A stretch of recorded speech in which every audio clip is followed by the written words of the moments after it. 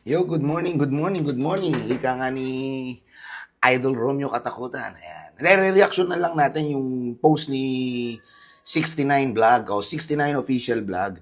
Kasi doon sa post ni 69 Official Vlog, parang kung mapapansin nyo, parang hindi man niya rektang sinabi, pero parang may, alam mo yun, meron siyang gustong iparating kay Baby Giant o iparating sa tao. Ha? Kasi kung para sa kanya lang yun, sana piniem niyo na lang si Baby Giant. Kasi sabi niya, simula pa lang, idol niya si Baby Giant. Sabi ni 69 Official Vlog. Yun ang sinabi niya, di ba? Idol niya si Baby Giant. Kung makapansin mo, nag-post si 69 na sinasabi niya na masama, sumama loob niya kasi parang nagpa-picture siya tapos hindi siya pinansin ni Baby Giant o parang umiiwas si Baby Giant. Alam mo, 69, pinanood ko lahat ng video mo. Bilang kuya ni Baby Giant, siguro karapatan ko. Hindi ako manager Kuya ko yan. Ako ang advisor ni Baby Giant. Ako, wala rin naman akong intensyon makipag-away. Bala ko lang reaksyonan. Kung kayo nga, di ba, nung may issue kayo, nung ninakaw yung video nyo, nagsalita rin kayo rito sa Sokmed. So, wala naman din siguro masama kung magsasalita ako.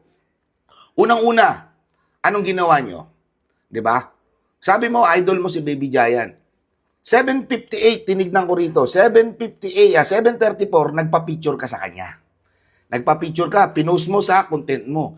Then, nag-live ka ng 7:58. Kung titignan natin, 7:58, nag-live ka. Ngayon, mula nung video na yon, nakita ko sunod-sunod ang subaybay mo na lagi kang nakabantay kay Baby Giant. Lagi kang nakasunod kay Baby Giant, ultimo pagpapapicture ni Idol Romeo Katakutan sa kanya, nakabantay ka rin sa kanya. Napansin mo, nung una,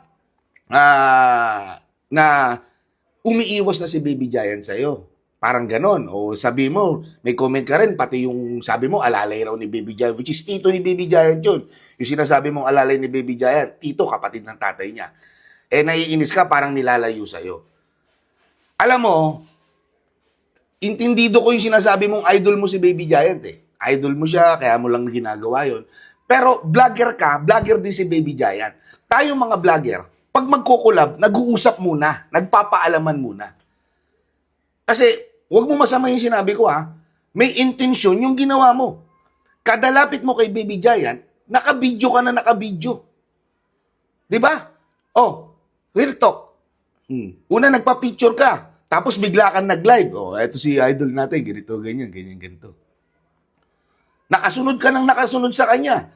Ilang video ang magpapatunay na kada sunod mo sa kanya, may video kang naka-ready. So, ibig sabihin, may intensyon. May intensyon. Kung pakikipagkaibigan ang gusto mo at gusto mo lang makausap si Baby Giant, pwede mo siyang kausapin ng walang kamera. Ang problema, nakakamera ka ng nakakamera. Vlogger ka, vlogger si Baby Giant. Ang pakikipagkulab, pinag-uusapan yan. Pinagpapaalam yan. Hindi mo nga masabing kulab yan Kasi basta ka na lang nagbibideo, di ba? Habang naglalakad kayong dalawa. Ngayon, nag-post ka.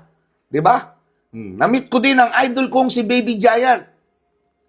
Nung pagka-post mo na na-meet kong idol ko si Baby Giant, alam ko may comment ka rito, siguro baka pagod lang siya o naiilang lang siya. Tapos, nung napinsin mong mabenta sa mga tao, nag-re-upload ka. Nilagyan mo pa ng kanta. Di ba? May background music pa para magmukha kang kawawa. Di ba? Tapos sa mga comment mo, anong nilakalagay mo? Iba pa din pag sikat. Dami nagsasabi, masikat daw. Kesyo ganito, ganyan. Ano sabi niya? Sa mga followers po namin, ni Bossing dyan, gusto ko lang pong malaman nyo na hindi tayo naninira ng kapwa. Hindi ka naninira, pero nag-re-upload ka ng video na gusto mong palabasin na masama si Baby Giant. Kung wala kang intensyon, kung sumama lang ang loob mo, kung sinasabi mong nagtampo ka lang, hindi ka gagawa ng video na kasiraan ni Baby Giant. At kung wala kang intensyon, sorry sa word, na pagkakitaan, yung video na nakasunod kay Baby Giant, hindi ka mag-a-upload ng mag-a-upload. Tapos ni-re-upload mo pa yung isang kanta mo, nilagyan mo ng background music. Hindi mo rektang sinisiraan si Baby Giant, pero ganun ang gusto mong palabasin. Ngayon, nasa 5 million mahigit, going 6 million yung views. Sirang-sira si Baby Giant. Hindi alam ng tao yung nangyari, hindi alam ng tao o hindi pinapanood ng tao. Yung unang upload mo, unang video mo, 2 page mo naka-upload yung Baby Giant. O mukha ni Baby Giant. Nakasunod ka na nakasunod sa kanya.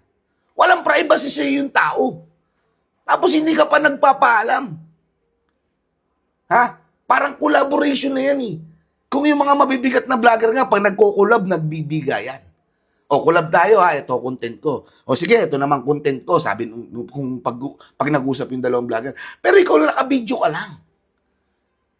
Tapos, iisipin mo na parang iniiwasan ka, parang inaano ka. Eh, naka-video ka nga na naka-video. Ang pagkukulab, ha, o ang pagsasama ng dalawang vlogger, ha, pinag-uusapan yan. Ikaw upload ka lang ng upload. Tapos ngayon parang iniiwasan ka, ha? Eh nagugulat ka, nagtatampo ka. Ulitin ko, sinabi mo, idol mo si Baby Giant. Kung idol mo si Baby Giant, hindi ka magpo-post ng video na parang kasiraan sa kanya. Hindi mo siya idol. Dumating na sa punto na parang ginagamit mo na siya. Sinakyan mo na yung issue. Sinakyan mo na yung issue ng mga nagko-comment sa baba dahil na rin sa sarili mong comment. Yun lang yun. Oh, ako sabi ko nga sa'yo, may rights din naman kami magsalita. Ako, kuya-kuyan ako, hindi nga alam ni Baby Giant to eh. Kausap ko lang siya kagabi. 'Di ba? O ikaw, nanakawan ka ng video, nagsalita ka rin naman ng ganito. 'Di ba? Sana intindihan na lang. Alam mo, kung si Renz, si Baby Giant, ha? Sira ulong tao, gumawa na rin ng video yun, pero sabi lang ni Renz sa'yo, huwag nang pansinin. Eh ako bilang kuya, hindi ko matanggap yun. Gusto ko rin malaman ng tao, hindi kita balak siraan. Kasi kung balak kitang siraan, yung issue mo sa Rigasco. Sinabi ko na dito. Alam nyo, kahit magtanong kayo, sa kas ng Batang Quiapo, ha? Walang magsasabing malaki ulo ni Baby Giant, na hambog si Baby Giant o mayabang si Baby Giant. Dahil napaka down to earth na tao niyan. Ha? Isa-isahin mo yung mga kasama mo sa Rigasco. Real talk. Ha? Halos lahat ng kasama mo sa Rigasco, nasa Batang Quiapo. Isa-isahin mo yan. Walang magsasabing kasiraan kay Baby Giant. Dahil tahimik lang na tao yan, hindi pala ngiti yan. Ay, hindi pala ngiti, hindi pala kibo yan, lalo na't hindi pala peeling clothes yan. Lagi lang nasa sulok yan. Kung nakikita nyo si Renz, komedyante, o si Baby Giant, komedyante, pag off-cam, tahimik lang talaga yan. Hindi yan palabiro, hindi yan makulit. Magaling lang gumanap ng karakter si Baby Giant, kaya kung nakikita niyo siya sa Batang Quiapo o sa mga vlog niya makulit, kasi iba na ang Baby Giant pag nag-karakter na o pag natutukan na ng camera. Ganap na ganap talaga. Yun lang ang punto namin dito. Sabi ko nga sa'yo, wala naman masama, ha, kung magpa-picture ka. Wala naman masama kung lumabas siya sa mga video mo o sa vlog mo. Magpaalam ka. Hindi yung nakasunod ka ng nakasunod. Tapos pag tipong iniwasan ka, magtatampo ka, sabihin mo, o hindi mo direkta sinasabi, parang pinapalabas mo, malaki na ulo ni Baby Giant. Hindi ganon, 69. Tignan mo rin kasi yung ginawa mo maghapon. Nakabuntot ka na nakabuntot na may hawak na camera. Yun lang yun. Di ba? Kung gusto mo talagang makakulab si Baby Giant, magkausapin mo siya. Di ba? Hindi yung nakatutok ka ng nakatutok, wala namang paalam. Oh, sa husgado, may kaso yan. Data privacy yan. Nilabas yan, hindi ka basta-basta pwede kumuha ng camera ng tao nang hindi ka nagpapaalam. Pero hindi naman ganun si Baby Giant eh. Di ba? Magpaalam ka, makipag-usap ka. Huwag mo sasabihin idol mo siya dahil sa ginawa mong yan. Ha? Hindi mo siya idol. Tol, siniraan mo si Baby Giant, pinalabas mong masama.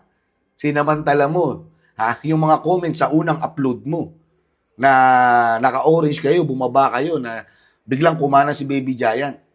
Sinamantala mo, ni-re-upload mo, nilagyan mo ng background music. 'Di ba? Real talk lang tayo, 69, real talk lang tayo. Oh, karapatan nyo magpaliwanag, siguro naman karapatan din namin magpaliwanag. At yun lang po, yun lang po. Kung gusto niyo sumagot, wala namang problema. Pwede rin naman tayong sumagot o magsagutan dito sa social media.